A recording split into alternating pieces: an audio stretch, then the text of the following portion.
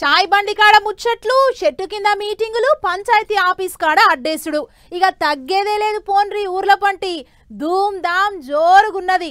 ఆగొచ్చి ఈగొచ్చి అనుకుంటా ఆఖరికి లోకల్ ఎలక్షన్లకు ముహూర్తం వెట్టనే పెట్టిండ్రు. ఇక తీయండ్రి జెండాలు, మోగియండ్రి మైకులల్ల మోతలన్నట్టే ఉండబోతున్నది పల్లెల పంటి.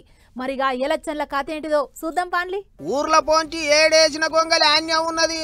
ఇంకెప్పుడు పెడతారు ఎలక్షన్లు, ఇంకెప్పుడు వస్తారు సర్పంచులు అని పబ్లిక్ పిట్టకు పెట్టినట్టు ఎదురు చూస్తాండ్రు.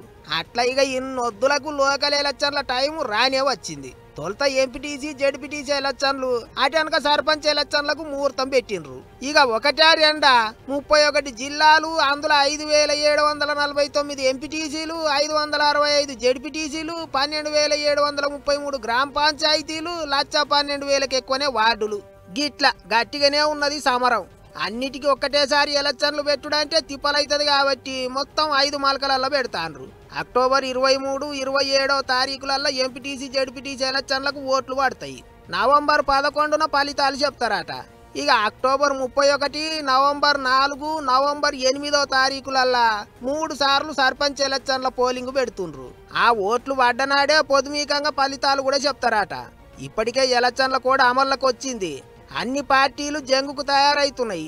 ఈ 22 నెలల్లో చెయ్యి పార్టీ వాళ్ళు పబ్లిక్కు ఎంత బాకీ పడ్డారో లెక్కలన్నీ బయటికి తీసి ప్రచారం చేస్తుండ్రు కారు పార్టీ వాళ్ళు. అటు రేషన్ కార్డులు, సన్న బియ్యం, ఇందిరమ్మ ఇండ్లే మామూలను గెలిపిస్తాయి అంటుండ్రు చెయ్యి పార్టీ వాళ్ళు.